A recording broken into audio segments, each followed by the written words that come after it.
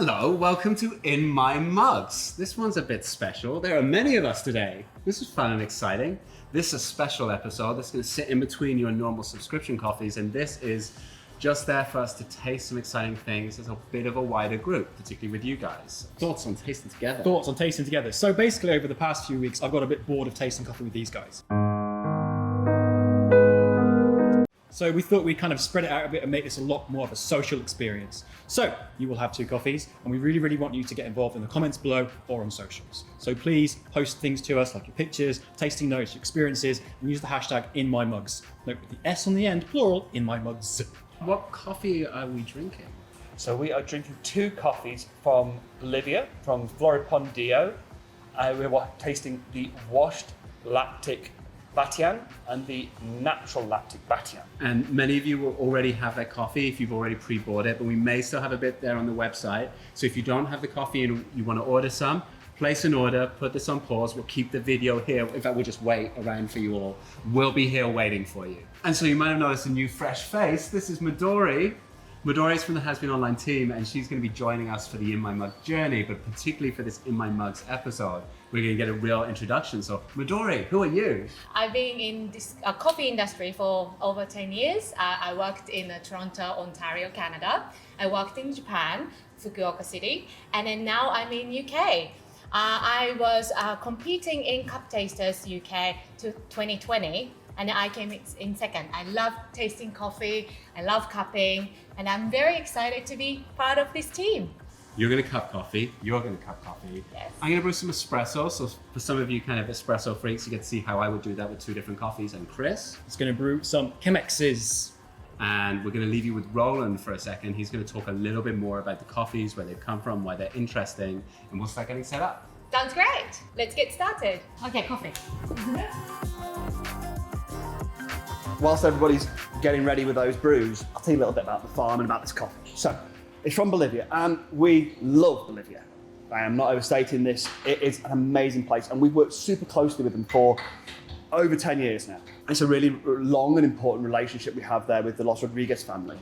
Pedro, Daniela, Pedro Jr., they are an amazing family that have done a huge amount to pick up Bolivian coffee and specialty side of Bolivian coffee, and a really difficult time for it. It's been really expensive and difficult to produce coffee there. So, the coffee we have today comes from Floripondio, and Floripondio is a farm where they really experiment with different varietals and different kinds of processes, different kinds of plants. The one there, we're kind of going to see all the stuff that's going to become bigger in the future. And one thing we really love about the Rodriguez family is that they are just so good at listening to the wider coffee world and learning. They've had wine experts in, they've had agronomists in, they've had all sorts of people come in who provide them all sorts of advice, and they visit other countries.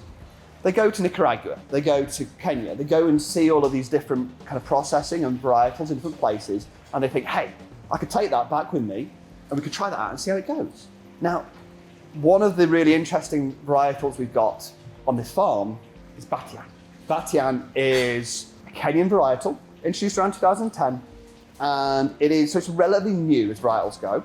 It is related to SL28, which is the famous one from Kenya. SL28 and SL34 are the ones that give those classic blackcurrant and citrus flavors that we know and love in Kenyan coffee. However, they're not particularly disease resistant.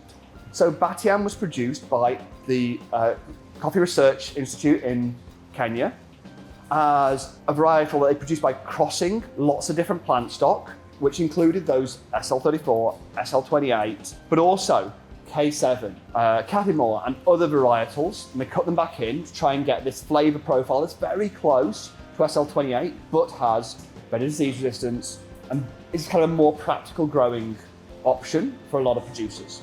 So it's really rare to see this outside of Kenya. So we're really excited to try it. And I think when we come to taste this, we're gonna see some of those Kenyan coffee characteristics coming through, but with also some of that terroir, some of that quality that only Bolivia has. This is gonna be really interesting. This is exactly the same plant stock from a small area of the farm, but they've processed it in two very different ways. It's washed and natural, which are already, if you're into your coffee, you will know these are really different ends of the spectrum. They've kind of done an extra step this year. The washed lactic and the natural lactic. Lactic's a really popular term in specialty coffee at the moment. It means different things where you go. In this case, it means that they're taking those coffee cherries and they're putting them in water, they're dropping the temperature so it's very cold, and they're extending that period where it's kept like that so that you drop your pH and the pH goes very low. It means, I think the wash will give you a really crisp and clean wash, and the natural the same. You get the really crisp, clean flavors, lots of sweetness. It really kind of accentuates and brings the best out of what those processes already were. Well, at this point, we're going to go and get the cupping bowls in. We're going to go and get Dale with his espresso and Chris with his Chemex, and we're going to taste them. We are going to brew 2 Chemexes side by side with the natural and with the washed. Now I've pre-weighed out and ground these 30 grams of coffee, and we're going to do the usual fight versus 500 ml of water. Keeping things pretty normal versus what we normally do. Going to do the same thing with each coffee, brew them in the same way with the same pours, so it's nice and consistent, and you're going to get to really taste the differences between the washed and the natural. So let's get going.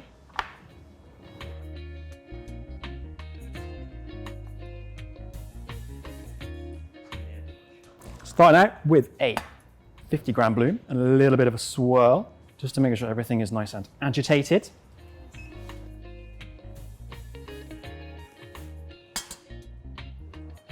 And because I'm a pro, doing 2 at once. Then at 30 seconds, going to go for a second pour, going to go up to 250.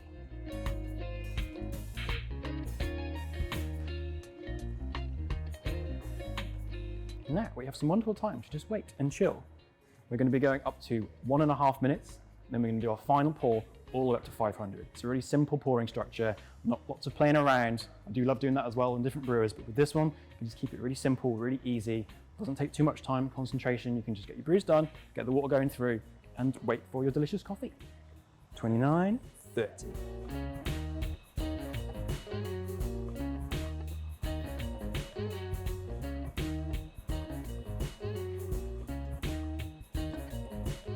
And there you go. You've got 500 in by 2 minutes. Now we just have to wait for the coffee to draw down through the filters.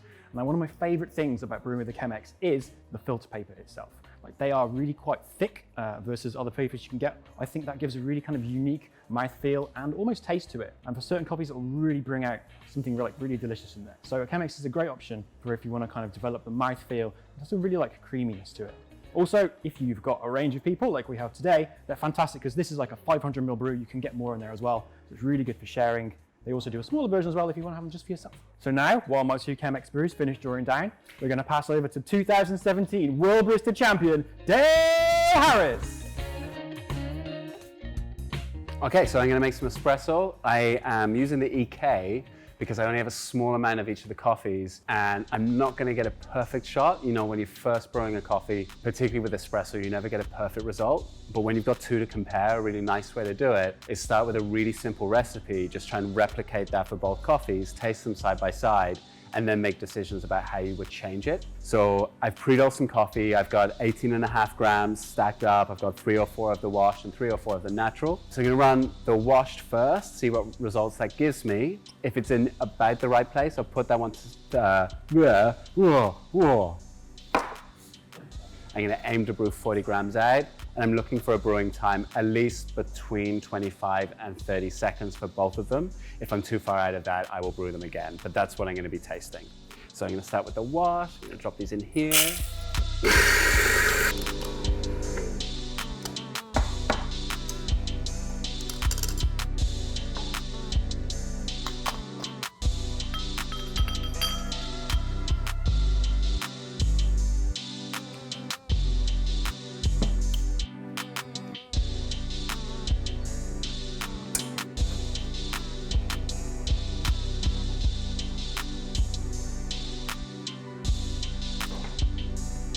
And so already, I've learned that my washed coffee is going to need a slightly finer grind than my natural. That's cool. That's something we can fix. Brewing with single doses like this is more kind of realistic when you're at home than if you're in a cafe. But it's also how a lot of baristas will make coffee in competition. It's limited wastage. It's good if you're trialing lots and lots of small batches of coffee. And it's very repeatable and consistent. And that one's looking much better, so I'll move on to my natural whilst that one's brewing. And just go a little bit coarser on the grind.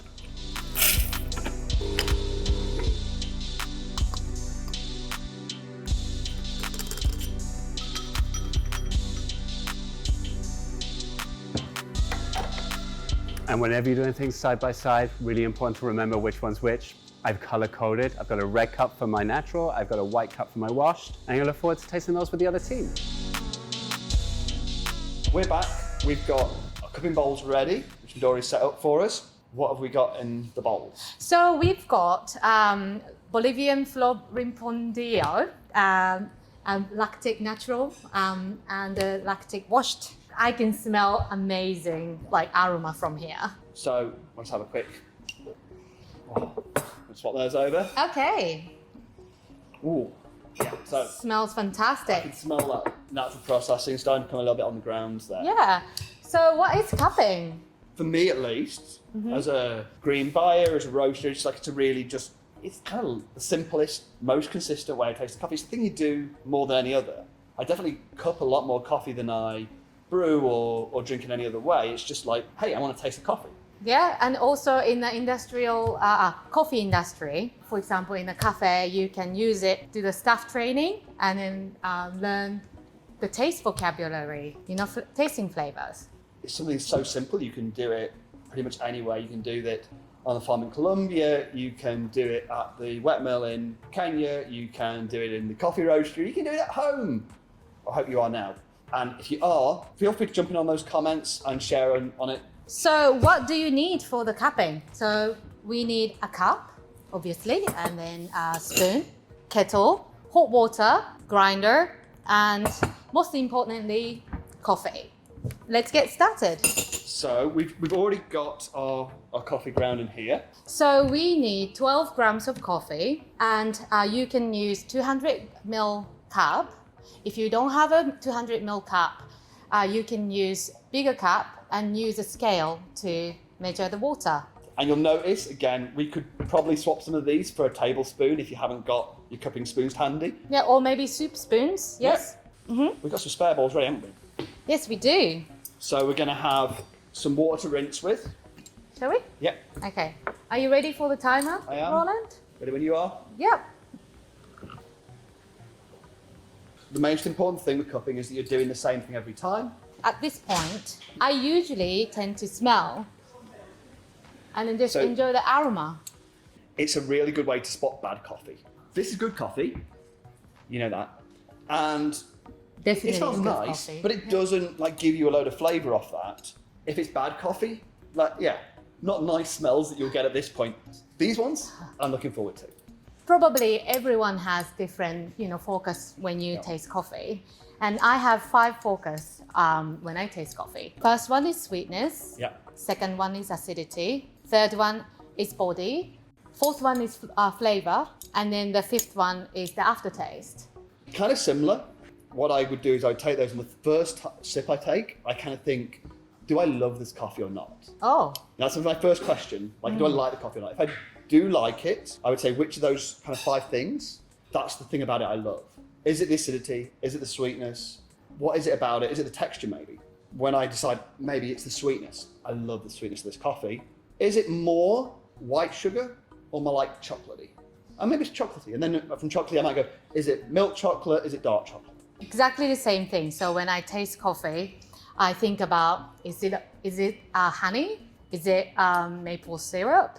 And then when I taste acidity, I focus on, is it this acidity hit on my back of my tongue or tip of my tongue? Or does it salivate my mouth? Okay, this is a high acidity and this is a low acidity. I think about fruit, citrus fruit or berries. We're just got time now to great. break. So.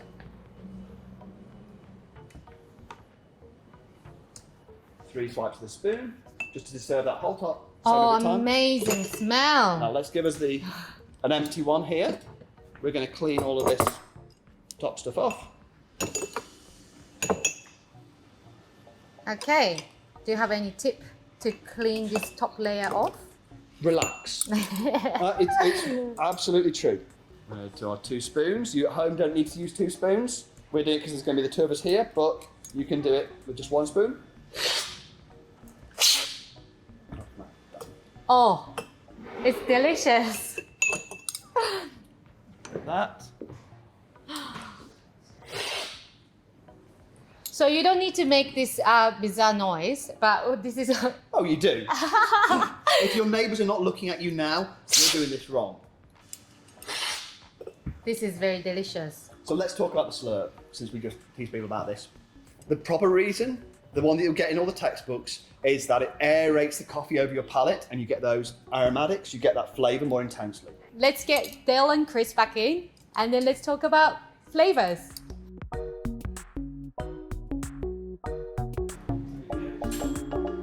And we're back to taste them now. So we've got a cupping bowls, Dale's got his espressos, Chris has got some brewed coffee here. And I think that espressos are really going to magnify those flavours. So how are they tasting? All right, so I'm starting with the washed lactic. And again, they're all brewed to around the same recipe. This one's nice and zingy, their first mouthful. So I'd say like, yeah, a little bit of kind of sour orange that rolls pretty quickly into, I guess, gingerbread. I think there's a little bit of kind of caramelized brown stuff and a little bit of spice, which sometimes we get with the lactic processes. And then if I just jump to the natural straight away, so this one smells funky straight away. And that is so, because they're brewed to the same kind of recipe, it's amazing how much heavier this is. Much more rounded, very sweet. So my comment about the lactic process before we kind of got around to the tasting was it kind of, for me, it like accentuates in these ones a little bit, like the washed is really washed and the natural is really natural. So it is, and the flavor of natural processing is strong, but it isn't that deeply funky, fruity flavor. It's more that kind of heavyweight, dark chocolate. Fruit is there, but it's in the background. Spice is there, but it's in the background.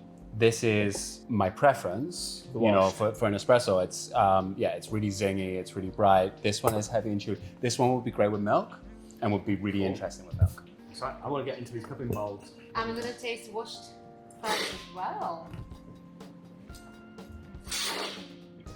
I love that natural process. I think it's such a good example of the. I love it. It's quite boozy. I can taste a little bit like a nigori sake kind of. Very sweet, but very boozy. Tell me about nigori sake, because I don't know anything about sake. Nigori sake is an unfiltered sake, so you can see rice still inside of the sake.